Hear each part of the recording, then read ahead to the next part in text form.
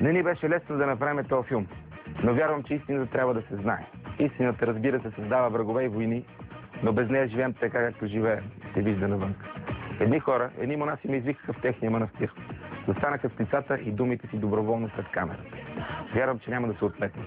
Показвам ги на вас и на онези в църквата, които вярват в Бог и наистина искат да имаме църква, а не бардак. Не отвършите очи, не замитайте сметта под килима, не се отказвайте от вярата и самата църква, но и не може да търпите това, което чух аз и което ще чуете.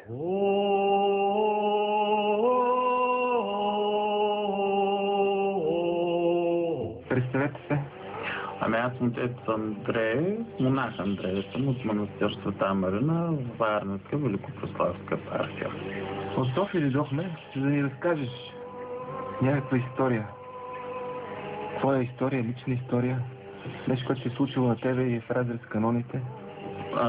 Аз бях чувал, че в доста манастири има обратни. И понеже за Варненска епархия не бях чул такова нещо, реших да постъпя на послушание във Варненска епархия. Говорих с митрополит Кирил и той ме насочи към този манастир Света Марина. Като тогавашния игумен беше архимандрит Гервасий. Така искам да отбележа, че архимандрит Гервасий е замонашен в Великотърновска епархия, в Дряновския манастир. Когато митрополит Григорий разбира, че е обратен, кой е обратен? Архимандрит Гервасий, тогава дядо Григорий го гони оттам. След това той отива в Пловдивска митрополия и дори живее с един отец Богомил. Живеят като семейство. Къде? В Пловдив. В някой манастир или къде? В квартира. Когато научава Пловдивския митрополит Николай за архимандрит Гервасий, че е обратен и оттам го гони. След това той отива в Старозагорска митрополия, в манастира в Шипка. И оттам го научават за обратните му наклонности, оттам го гонят. И дядо Кирил го приема. Няма как той да не знае, че е обратен. Това е, нали, за архимандрит Гервасий. А ти че знаеш, че е обратен? Да, ще ви кажа. Значи аз дойдох тук да видя манастира. Той беше на 17 март миналата година. Хареса ми, говорих с игумена архимандрит Гервасий и реших да остана. Като той по външен вид по нищо не му личеше, че обратен. Когато пристигнах, след 2-3 вечера, той ме извика в неговата килия. Това е тук в Ботевския манастир. В този манастир, да, втора килия. Тя беше него. Беше попинал. И още аз бях до вратата и той скочи на врата ми, почна да ме хваща за интимните части. Аз като му казах какво става, той вика: много те харесвам, искам да си ми любовник. И аз му викам: ами аз не правя такива неща. До сега никога не ми се е случвало. А той ми вика: няма страшно, не се притеснявай. И ми вика: ако ми станеш любовник, няма да те карам да работиш, няма да ти давам тежки послушания и бързо ще те направят монах. А ти беше само послушник тогава?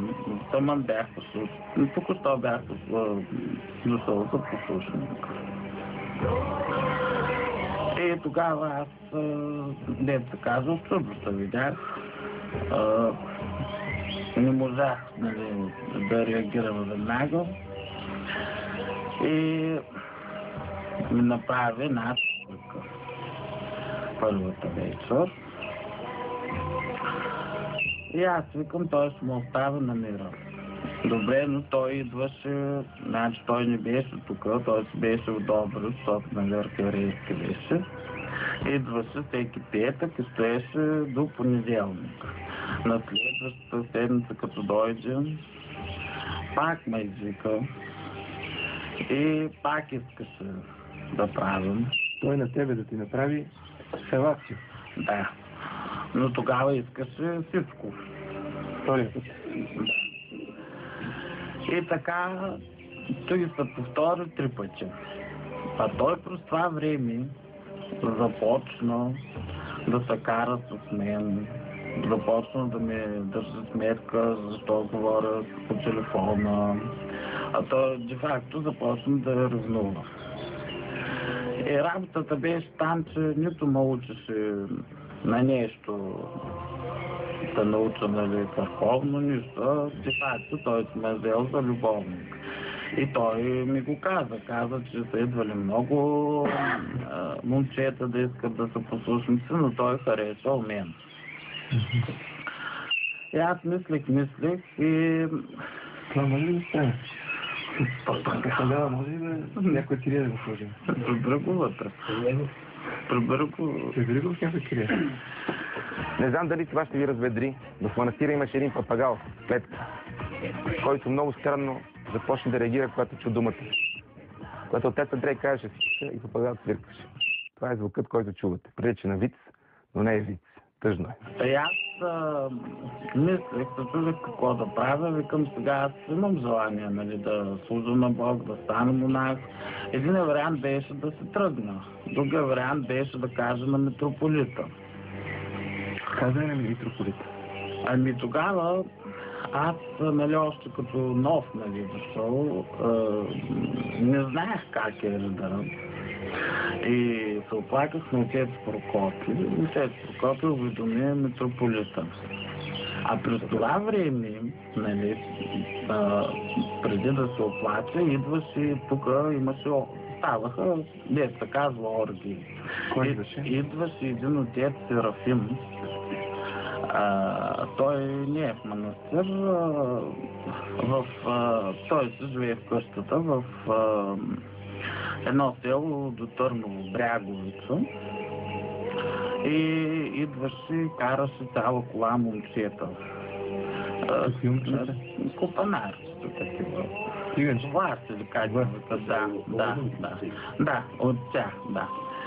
И тогава и архимандрит Хервати и сегашния игумен, който е сега в момента, отец Марк, се взимаха по едно момче, избираха си кое и цяла вечер момчетата бяха при тях. Ти виждал ли си ги? Това се случи или? Да, те са на гости, сега ги викат в стаята. Те в стаята какво правят? Може да ги приютят, може момчетата да няма къде да се път.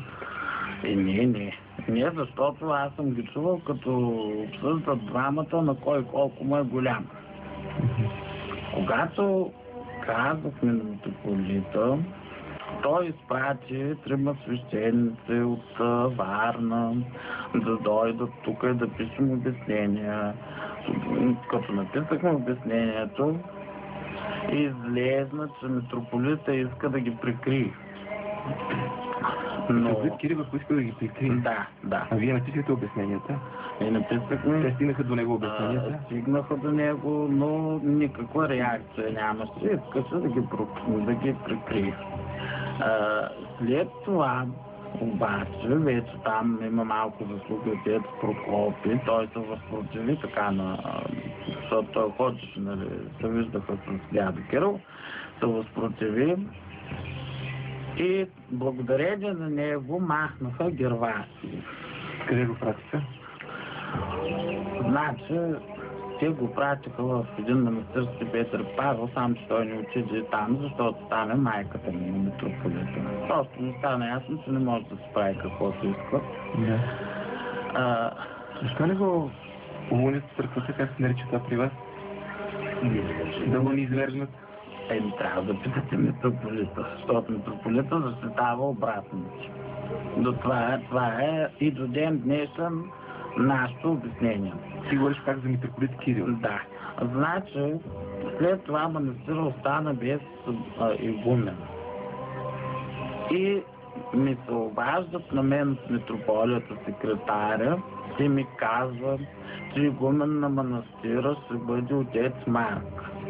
Ето от Трънче на Глок. Значи махат един обратен, слагат другия. Аз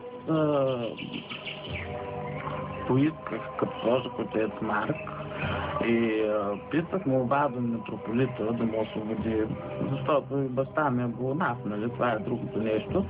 Исках да се отида, аз понеже съм от Бургас, да отида в Сливенска митрополия. Но митрополита не ме освободи. И излиза, че аз де-факто по принуда трябва да стоя тук при обратно. Ти самия си хетеросексуален, така ли? Значи аз преди да дойда в манастира съм бил сам с жени. И след тази случка вече нали, не съм бил нито с мъж, нито с жена. А ти как беше наказан това, което се случи с Герваци? Не трябва ли да има някакво покаяние или? Те ме извикаха да са изповядани, дойде митрополит Кирил, изповядахме се. И само това беше, нали. Но много интересно, че тогава Герваци си е признал на изповед, докато отец Марк не си е признал. И той до ден днешен не си признал. Кое те кара да разказваш тези неща? Обикновено тези неща остават загадка или остават не се разбират? Вижте сега, аз съм нов в вярата, така казано, но за мен моето виждане е, че църквата не трябва да е чиста. Това са недопустими неща в църквата. Затова камо ли да ги слага игумени на манастир? Вие да не би да правите просто сечено в момента на митрополит Кирил. Искате, може би, да го смените или някой може да ви... Не, просто не обръщаш внимание, защото никой не иска сегашния игумен, защото поради тази причина се обрачам. Той дори няма право да влиза да служи. Затова е се обрача, но той влиза. Но той ще каже, че вие оклеветите. Вижте сега, аз казвам истината. И за мен не е клевета. И се отречеш от думите си след някой друг ден, когато митрополит Кирил те натисне и те накара да се откажеш от думите си. Той ти е началник. Аз идвам, записвам те. Вижте какво, значи аз специално нямам намерение да се отричам от думите си. Аз дори искам да се махам от епархията, поради тази причина, че игумен е обратен. Как да повярваме на думите ти? Има си някакво прикръст или не знам. Важно е за нас, защото няколко човека, които говорихме, после се отрекаха от думите. Те нас ги карат на сила да говорят. Вижте, аз казвам пред Господ, така че ако лъжа, просто Господ ще ми даде заслужването. Това беше отец Андрей. Няма спор, той е странен и говори странно. Но говори от първо лице, като свидетел. Обаче, знаете, улустестис нулустес, което не е свързано с нашата физиология, а означава един свидетел не е истински свидетел. Така ще ви покажа свидетелите на отец Андрей след рекламите.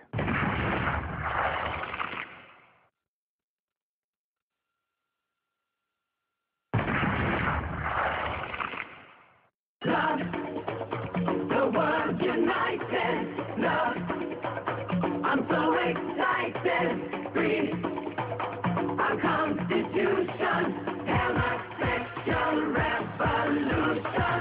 Тази битка в църквата не е лична и не е моя. Тя е на тези, които са в църквата и които се борят за нея.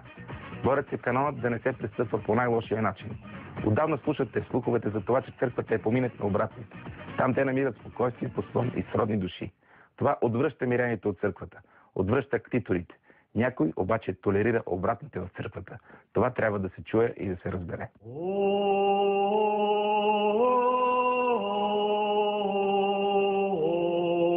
Отче, представете си вие?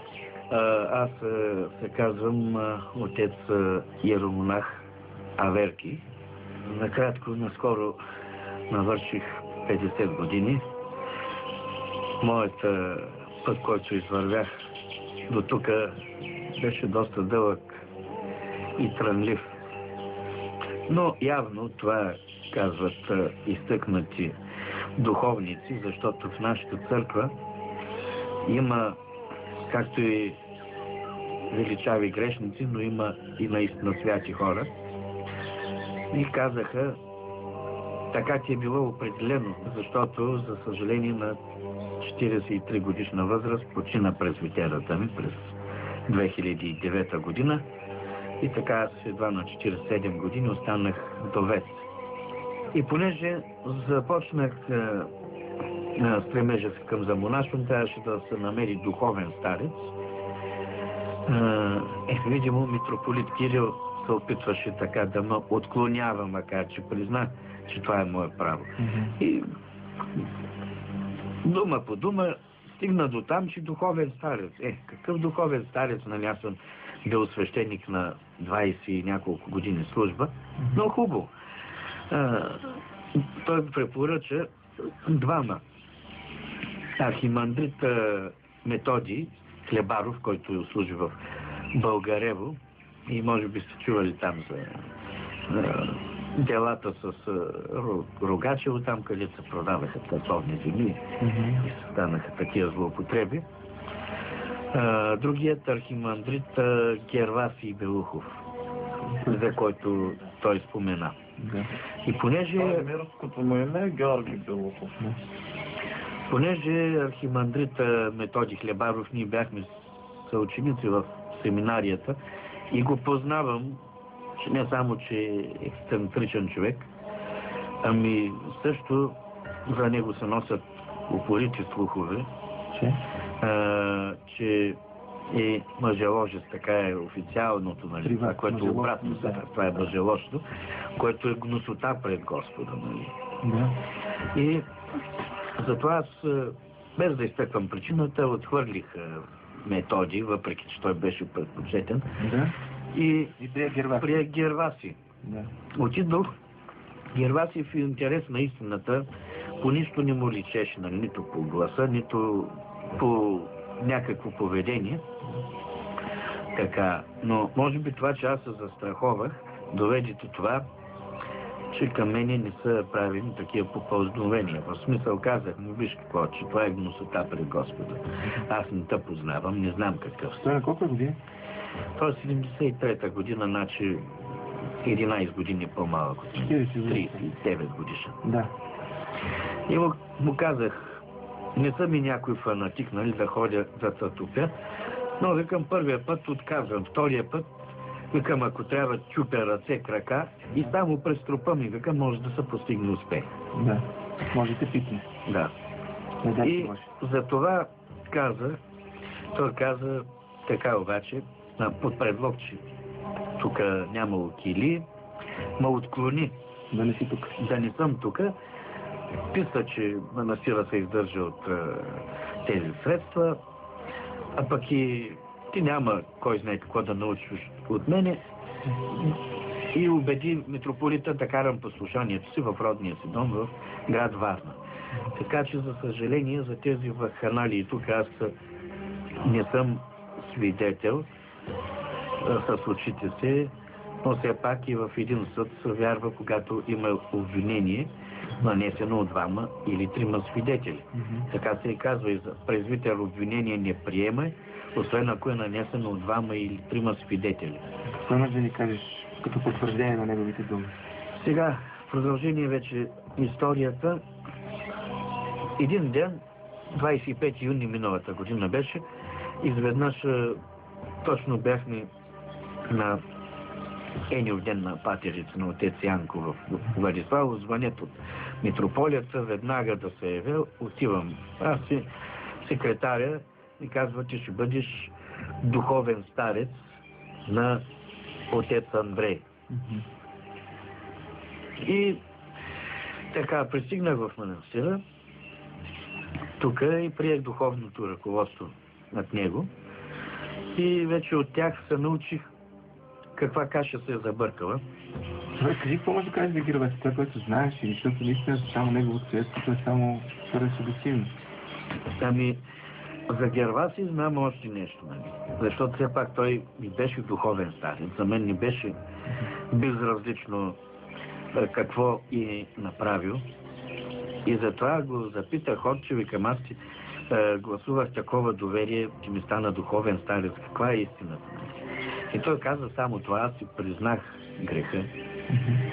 Вика, ама другия, вика, Педя, за отец Марк, нали, дет не си признава и ядат и пият заедно, вика, те нямат ли грях за това. Един вид, значи той все пак е признал, чувства едно разкаяние, но това още не е покаяние. Това е нещо както Юда Искариотски. Разликата между Юда и Свети Петър. Юда Искариотски само се разкаива, отива, връща сребърницата. Докато Свети Петър, първо той не го предава, той от страх се отрича от него, но после той се кае, плаче, моли за прошка. Кажи от при митрополита, където ходи, че не отрича за отец. Така, и ще стигнем до там. Много е важно дали митрополита знае за отклоненията на отец Герваси. И за защо го търпи? Ами, точно това обяснявам, защото сигурно ако бях мъжеложец, щеше да има по-друго отношение към мене. И затова казах към мене как се отнася. Значи той се отнася добре към мъжеложците, към нормалните хора, които наистина търсят спасение на душата си и доброто на църквата, се отнася по един странен начин. Имаш ли подозрение, че самия митрополит може да е мъжеложец или поне да им симпатизира? Сега, за митрополит Кирил има писание в тая насока, обаче каква е истината, той знае, нали, аз не съм изповедник. Доказателства не мога да кажа, че има. Но им и затова бих се въздържал от коментар на това. Но, както казах, той не симпатизира. Ето да вземем архимандрит Герваси. Първо, той е архимандрит, нали, един жим по-горе от мене, въпреки че той няма богословско образование. И освен това той каза е архиерейски наместник на град Добрич. Значи той управлява от името на митрополита цяла една духовна област. Такъв човек. Такъв човек. Нали? Сега не видим страна, че митрополита може вас да ни изверне. Не рискувате ли се в този разговор? Не рискуваме, да.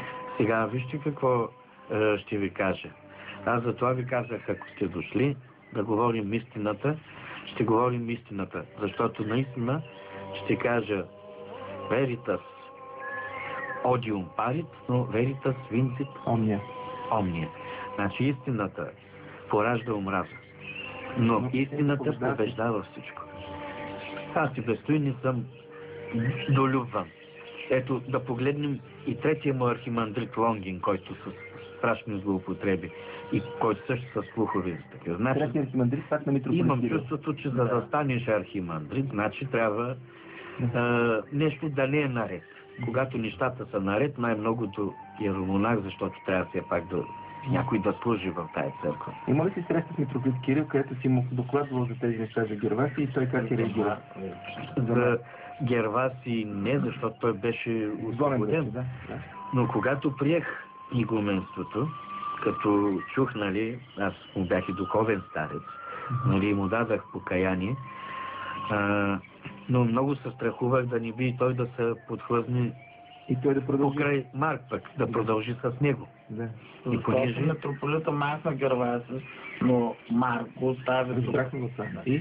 И понеже събрата ми, отец и родякон Прокопий, той е, нали, една степен от мен и една степен над нас. Вече първата свещеническа степен, вече и той под, както ви казаха, има достъп до владиката и държи на морала. И по този въпрос така казва, си паснахме. И ние от тримата отидахме при митрополит Кирил. И аз даже исках да се откажа от игуменството. Какво му казахте на митрополита? И му казах, дядо Владика, искам, ако направите игумен на този манастир, да имаме чисто братство. Нали, отец Марк, ето за него също, те твърдят, че е такъв. Аз като игумен, такъв човек, не искам в манастира. Ето и те ще ви кажат, искат ли този човек. И те заедно с мен заявихме, че този човек е, така да се каже, персона нон грата за нашия манастир. Но митрополита прояви големи усилия, за да ни склони, като излезе с този мотив, че ние трябва да даваме възможност, тъй като отец Марк е още много млад. Верно е, прегрешил е, не отричам тази, значи той не отрече това нещо, но дано под ваше ръководство той да дойде на себе си. Затова искам, вика, да го приемете. И в края на краищата аз изпълних разпореждането на митрополита. Оставихте отеца? Оставихме отеца и в интерес на истината, надявам се, те ще потвърдят, се отнасях съвсем джентълменски с него. В смисъл, нито съм го нагробявал, нито съм го обиждал, че е такъв. Нито съм правил някакви доноси. С тази разлика само, че аз отказвах да служа света литургия, или това е най-висшата форма на общение между нас, евхаристийно общение заедно с него. И това беше именно за да дойде на себе си. И какво става, когато въпреки всички спънки аз почти правих нещата в манастира, без никакво обяснение бях освободен от игуменството. Защо? Не знам, защото аз точно това запитах към, извинете, аз съм служил и в казармата и дето се смееха, че старшината означавало тапак, ама един тапак старшина да изкарва престроя и казва тогава, нали така се говореше, другари войници, вашия другар е направил това, това и това. Заради това му нарушение го наказва еди какво. И отново твърдиш косвено, че митрополит Кирил не понася нормални хора в този манастир и че маха нормалните служащи на Бога тук люде. Това ли ми казваш? Така излиза. Има праща в едно Игнатио, както ви казах, което му викам изгнание. А в момента отец Марк къде е? Да служа на свои размазки. В момента къде е отец Марк? В момента отец Марк отива във Варна при неговите приятели, както чувам, и чака да го приеме митрополита, за да може да наклепа от всички нас. Да, обаче вие го наклепахте първи. Ние не сме го наклепали, защото ние говорим за него истината, той приказва за нас неща, които не са верни. Отец Аверки много иска да стане игумен. Ако заради това лъже или изкористява думите си, вярвам, че Господ ще го накаже. Но ако казва истината, не трябва ли църквата да накаже провинилите се? И ако казва истината, не е ли време да разберем?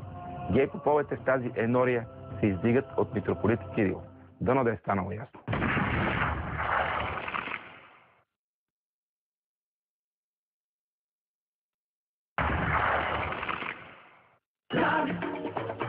The world united, love. I'm so excited, free. Our constitution, homosexual revolution. Това е грехът на Содом и Гомор, наказани жестоко от Старозаветния Бог. Днес Отечествен фронт ви разказва за нашия Содом и Гомор в нашата църква. След тези разкази остава да питаме, това случайно ли се случва? И колко пъти трябва да се случи, за да престане официалната църква да не признава, че има този проблем? Чуйте сега третия свидетел, отец Прокопий. Той не е потърпевш и замесен като първия отец Андрей. Не е заинтересован, както втория отец Аверки. Но това е и най-обективен отец Прокопий.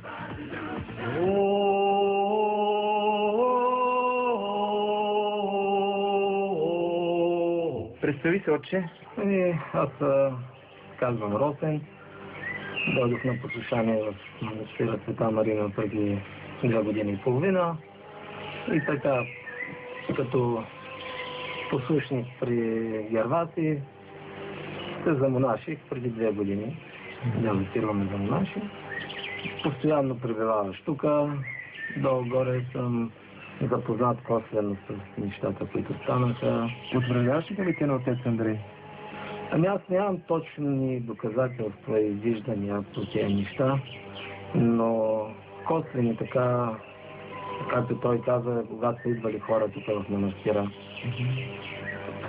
Следно време така забелязах, че те наистина са от гей манията, от този вид хора. От гей мафията? Манията там. От гей средите? Средите, да. Гей средите. Тук са идвали много такива хора, така ли? Ами на Марк приятелите му само такива бяха. Какво им личи? Как им личи? Ами те почнаха, отначало се криеха пред него. И аз си лягах рано, така, като със съмни, след вечерна, сапах ми и си лягах и те останаха. Отначало се криеха, но после подозренията им почнаха да нарастват, защото вече бях чул и други хора за тези неща, които стават в манастира. Начало не вярвах, защото си казвам, нали, това са приказки. Какво ти говориш? Ами идваха тук познати, които заедно сме били. Кажи какво става, просто да и така получих информация, нали, на няколко пъти оставах сам в манастира и те идваха случайно, и сядах, ние си говорихме. И от тях почна да получавам информация, че нещата не са наред. Каква информация, че нещата не са наред? Понеже ми си приказвам и те викат, почнаха да ме питат, али ти какво правиш тук? Ти знаеш ли какво става, знаеш ли, познаваш ли ги? И аз, нали, какво да съм, познавам ги, как сме заедно, съм, нали, духовен отец на единия, другия ми брат. И те се изпуснаха по нови, като знаеш ли, че те са обратни. И са обратни. Как, нали, няма да казвам една, да не ги въвличам и тях. Може би който иска после да си даде. Казаха, че сте обратни. Да, и даже ми казаха, нали, ще ти дадем информация, снимки от интернет, да видиш. И аз ми викам, ако има доказателства, може, но викам сега на думи как. И така, понеже при нас държим много невярване на слухове, понеже много слухове вървят и някои не са верни, не може срещу брата си да застанеш поради слух. Да. И така се минаха нещата. А интересно и после Герваси сам ми каза, че Марк е обратен. Те нямаха, аз като дойдох на послушание, те нямаха, бяха са малко скарали. И така, аз като дойдох Герваси направи с мене контакт, тя е приятелския. Предлагал ли ти нещо Герваси? Не можа явно, защото може би ние много спорихме по тази тема. Той какво казваше по тази тема? Ами те защитаваха, даже когато са идвали тук хора и са казвали, нали, любодействието нормално ли. И те вземаха една теза, като да се обичат хората. Други питаха... Пускали хора тук да идват, да преспиват, да правят кек. Да, аз като бях на послушание, тук пускаха хора да правят секс. Аз тогава се възпротивих. Те са били миряни? Да, миряни, мъж и жена. И се възпротивих и те тогава ми казаха, Марк ми каза, ти си послушник, ти нищо не мога да кажеш, нали? Мълчи си, греха си е върху този, който го прави. Мълчи, прокъсвали, вие забраняте на миряните да правят секс тук, всъщност си секс прави Герваси с момчета копанари. Разбираш, и малко противоречите особено. Ами... Кажи ми, кога се увери, че това е вярно? Кога се увери? Освен по слухове, намеци, спорове? Ами общо взето, когато ми, нали, после една друга група от Варна, които също са присъствали на такива неща, очевидци. Очевидци на да, на как Марк е предлагал на момчета по време на пиянско сбирище. От очевидци, нали, ги знам нещата. Аз не съм директен очевидец като брата Андрей. Моята информация дойде от странични и накрая дойде неговата информация вече. На всичкото нагоре вече защото това бяха хора, които постоянно идваха, правиха си купони тук. Аз виждах как се държат, как се отпущат нещата. И после... не прави забележка по някакво време, като осъзна, че те са такива? Ами не можех да им направя забележка, защото нямах доказателства. Дори аз в съвестта си не исках те да са такива. И когато идваха тук тези групи с от Варна приятелите на Марк и и ги засичах как се обарват, опипат. Значи това си го виждал. Да, те се пазеха, но имаше едно момче, което не знаеш. И то почна там да ги прави, те го спряха веднага. Какво почна да прави?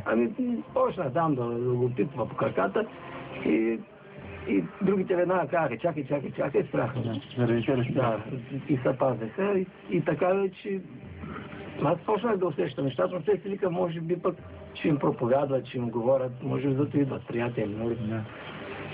Мислях да повярвам, мислех, че са борят. Герваси ми беше споменал, че Марки е обратен, но мислех, че са бори срещу нещо.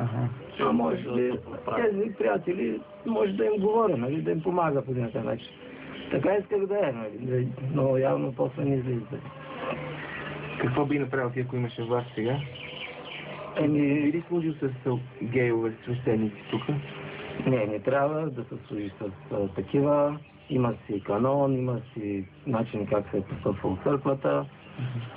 Ако се покаят, искат покаяние, се остават. Трябва даже да се низвеждат. Няма покаяние, нямат място. Какво можеш да кажеш на митрополит Кирил, ако можеш да му кажеш директно? Какво да му кажа на митрополит Кирил?